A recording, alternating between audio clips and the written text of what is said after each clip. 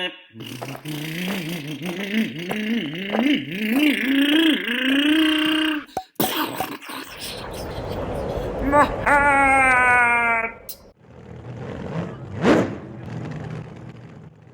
going to start building the center drivetrain. I've already gone ahead and opened up the center driveline bag, and I shall open up the other ones. Now this one will have a slipper clutch. If you prefer an oil-filled differential, just get the one from the Slash 4-wheel drive. Alright, those are all the components. Now, a quick little note, if you are planning on overpowering this for some reason, you want to send it to the moon, you want to just see how much you can abuse this before it breaks, replace the slipper clutch with either the Hot Racing TXR, sorry, I said TXR, I meant TRX 15 HSL. These are aluminum hard anodized, they're longer shoes, or these are also longer shoes, TRX 15 GSL. These are the carbon fiber long slipper clutch pads. Both of these are fabulous. The aluminum is more aggressive. Carbon fiber holds a lot better than the stock ones, and they're not as aggressive. So it just depends if you want something aggressive or not as aggressive. If we compare these to the stock, just the length, there's quite a difference in length. We're looking at about 4 millimeters longer, so it's more contact area. Now for this build, I'm going to go stock on them. Those are actually going to go, the carbon will be going on my Revo 3.3, and the aluminum, those I'm going to install on my T-Max. That's the reason why I have them. All right, so first thing you're going to need is this. You're going to notice these little spikes that come out. That's where the clutch pads go. Now on the stock system, these will work just fine. It will work just fine. But if you start going higher power, these break easily, incredibly easily. If your slipper's too loose, they will burn up easily as well. So the carbon fiber are a lot better at absorbing heat. The aluminum ones are more aggressive. The problem is they will chew up through the friction disc a lot faster. So that is something to keep in mind. Now at this point, we're going to grab this other side, and you're going to notice those 4 little tabs. Those 4 little tabs go on the small, on those small little 4 sections right in here. You do not want to place it over here. This will give some extra slippage, but that's not where you want it. The slipper pads should be the ones slipping, not the disc.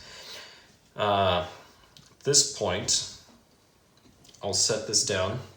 I will grab the gear. Now, these little tabs that come out, this is where the screws go in through. All right.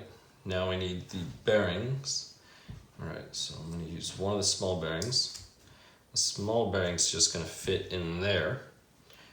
And this, well, here it is. I'm going to need this. This will go right in here. Right, that's that little piece right here, slipper hub adapter. And here's the bearing. So you will just go ahead and grab this adapter and slide this in the bearing. It's going to click in like this.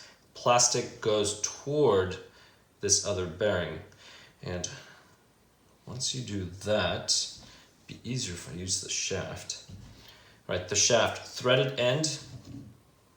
So we have these here. So let's start with this. So threaded end, you're going to grab this.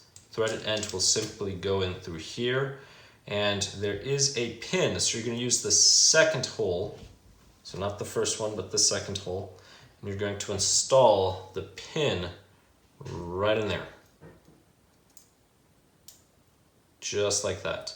And once it's installed, it will lock in place. It will not fall out. Unless this became loose afterwards and managed to back out, that pin will stay there. Now, I'm just going to set it here on my finger. Well, let's see, this skipped, there we go. I'm gonna hold on to this. The pad's already installed, friction disc is in there. I'll go ahead and just set this on top. I'm gonna hold it here, and that's lined up quite well. And now this will go in here. So the spur gear is going to screw on to those there.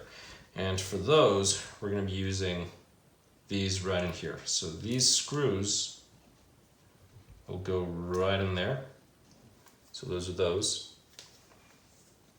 Now you can use thread lock for these if you wanted to. I've actually never had the need to use thread lock on these. They hold on quite well.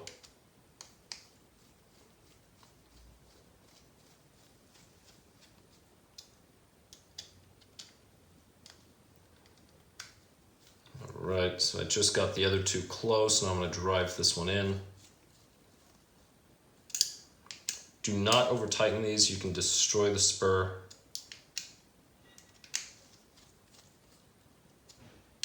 Snug is all you need. I'm just going in a circular pattern. There's only 3 screws. And that is it. And I pushed it forward. Here we go. All right. Now that we have this, all the bearings are installed in there, so we can go ahead and use this bearing with that spacer. That will go in there. Plastic goes in first. So the plastic, this adapter just creates a space between this bearing, the other bearing, and the spur, so they don't chew each other up. Once we have this here, this bearing will go in there. Sorry, I said bearing, spring. The spring will go in there, so the spring sits on the adapter, and then we can go ahead and drive this nut. Now this nut is a nylon nut, so not a big deal. Do not need thread lock. It should be an 8mm, usually is an 8mm, and this is, so I'm going to tighten it all the way, and all I'm doing is I'm pressing all of these together so that the friction pads help me out, and then I'm rotating just to distribute the pressure. So I'm going to tighten it all the way. And it's really going to be up to you how much you want. So first I started all the way. Half a turn is generally good enough. If you run a lot of power, you may just want to go with a quarter turn. But I'm holding this here. I'm going to start that half turn. And all right, that is half a turn. Might be a little tight for this, let's do a quarter of a turn. So that's 3/4. All right, so I backed it out 3/4 of a turn just because it's a tightened system. That is it. At this point, I can go ahead and use this drive hub, and this will simply go in here, but notice there's a flat end right here. That's where this hole is going to line up to, so you want that hole there. Then you will use the set screw with a thread lock, should be a 2mm, and you're going to drive this one tight. If you do end up removing this, make sure you reapply some thread lock.